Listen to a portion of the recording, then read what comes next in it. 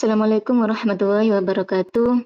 Nama saya Asmawati dari Prodi Psikologi Islam Institut Al-Azhar, Menganting Gresik.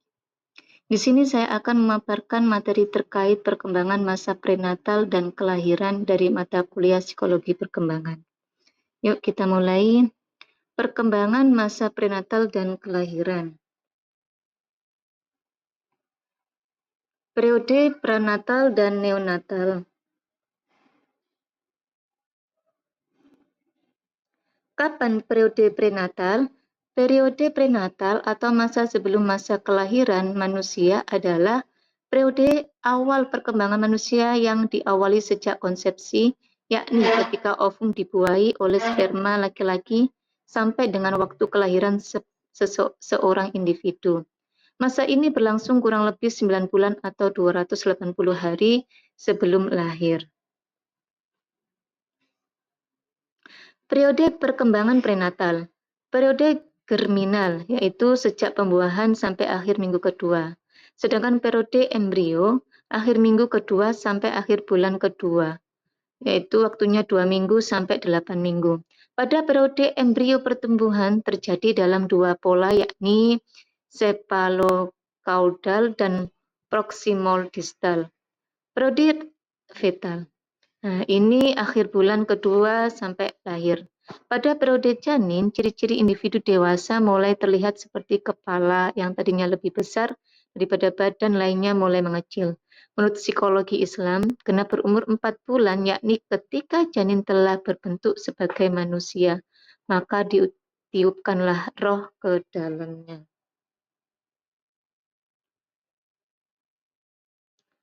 Nah, di sini dari pembuahan ke zigot, embrio, dan jadilah janin. Selanjutnya, teratologi dan risiko dalam perkembangan prakelahiran. Teratogen adalah unsur yang berpotensi mengakibatkan kelainan kelahiran atau secara negatif menyebabkan perubahan kognitif dan perilaku.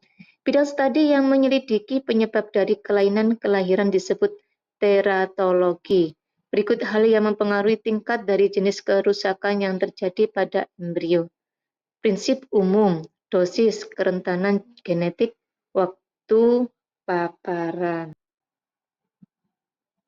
Nah, teratogen dan waktu paparan dalam perkembangan prenatal. Di sini bagannya sudah terlihat. Nah, seperti ini. Selanjutnya, lanjutan yaitu obat-obatan tanpa resep. Obat-obatan psikoaktif, ketidakcocokan jenis darah, bahaya lingkungan, penyakit pada ibu, lainnya yang terkait orang tua. Perawatan prakelahiran. Pada perawatan medis, program prakelahiran sering menyangkut pelayanan pendidikan, sosial, dan gizi yang menyeluruh. Warisan perawatan prakelahiran terus berlangsung setelah kelahiran, karena wanita yang memperoleh perawatan jenis ini lebih mungkin mengusahakan perawatan mencegah bagi bayi mereka. Perkembangan prakelahiran yang normal.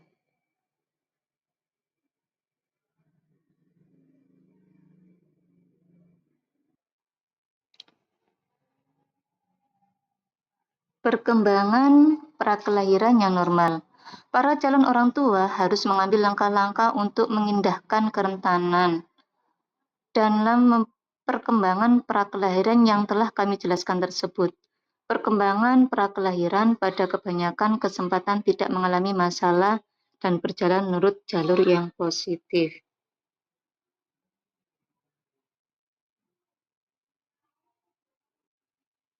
Arti penting periode prenatal bagi perkembangan. Penentuan sifat bawaan, penentuan jenis kelamin, penentuan jumlah anak, dan penentuan posisi urutan anak. Penentuan sifat bawaan yang mempengaruhi perkembangan yaitu yang pertama, faktor keturunan membatasi sejauh mana individu dapat berkembang. Kalau kondisi sebelum dan sesudah lahir menguntungkan, Dan kalau upaya dorongan yang sangat kuat, ia dapat mengembangkan sifat-sifat fisik dan mental yang diwarisi sampai batas maksimum, tetapi tidak dapat berkembang lebih jauh. Sifat bawaan sepenuhnya merupakan masalah kebetulan. Tidak ada cara tertentu untuk mengendalikan jumlah kromosom dari ayah maupun ibu. Alasan mengapa jenis kelamin yang penting bagi perkembangan individu? Setiap tahun, setiap individu itu mengalami tekanan budaya dari orang tua, guru, kelompok sebaya, dan masyarakat yang mempengaruhi perkembangan pola sikap dan perilaku yang dipandang wajar sesuai jenis kelaminnya. Jika gagal menyesuaikan diri, akan mengalami kritik dan bahkan dikucilkan masyarakat. Pengalaman belajar ditentukan oleh jenis kelamin individu. Di sekolah, di rumah, atau dengan kelompok bermain, anak belajar apa yang dianggap pantas untuk jenis kelaminnya. Contoh anak laki-laki memainkan boneka. Itu kan permainan perempuan. Nah, sehingga dia disebut sebagai banci. Yang terpenting adalah sikap orang tua dan anggota keluarga yang penting lainnya terhadap individu sehubungan dengan jenis kelaminnya. Sehingga pemilihan pada jenis kelamin tertentu mempengaruhi perlakuan dan hubungan dengan anak. Penentuan penentuan jumlah anak berkaitan dengan apakah kelahiran berbentuk tunggal atau kembar. Apakah ovum yang dibuahi oleh spermatozoom hasilnya satu anak. Kecuali membelah menjadi dua bagian atau lebih selama tahap permulaan pembelahan sel, menghasilkan kembar identik atau unipolar dua atau lebih. Jika dua ovum atau lebih dibebaskan sekaligus dan dibuahi spermatozoon yang berlainan akan menghasilkan kembar non-identik atau biopolar atau fraternal dua atau lebih. Penentuan urutan anak. Urutan kelahiran anak berkaitan dengan bagaimana perlakuan yang diterima dari anggota keluarga sesuai urutan kelahiran. Contoh perlakuan dan peran yang berbeda pada anak tunggal, anak pertama, anak tengah, atau anak bungsu. Faktor yang mempengaruhi perkembangan prenatal, kesehatan ibu. Penyakit yang diderita ibu hamil mempengaruhi perkembangan masa prenatal. Contoh, ibu hamil terserang campak rubella, 60% kemungkinan bayi terlahir cacat. Jika menyerang pada 2 bulan pertama, mengakibatkan kebutaan, ketulian, kelainan jantung, kerusakan pada sistem saraf pusat, serta keterbelakangan mental dan emosional. Gizi ibu. Pada masa prenatal, perkembangan janin bergantung pada gizi ibu yang diperoleh melalui darah. Oleh sebab itu, makanan ibu hamil harus mengandung cukup protein, lemak, vitamin, dan karbohidrat. Anak yang dilahirkan oleh ibu yang kurang gizi cenderung cacat. Penggunaan bahan kimia oleh ibu seperti rokok, alkohol, obat penenang, dan seterusnya. Keadaan dan ketegangan emosi ibu, terutama ketika seorang ibu hamil mengalami ketakutan, kecemasan, stres, dan emosi yang mendalam, mempengaruhi kondisi psikologis ibu, contoh hipertensi, gangguan pernafasan, sehingga menyebabkan bayi mengalami kesulitan mengalami kelahiran normal. Guncangan emosi dengan kelahiran aborsi akan menyebabkan kelahiran prematur, kesulitan bayi yang baru lahir, dan cacat fisik.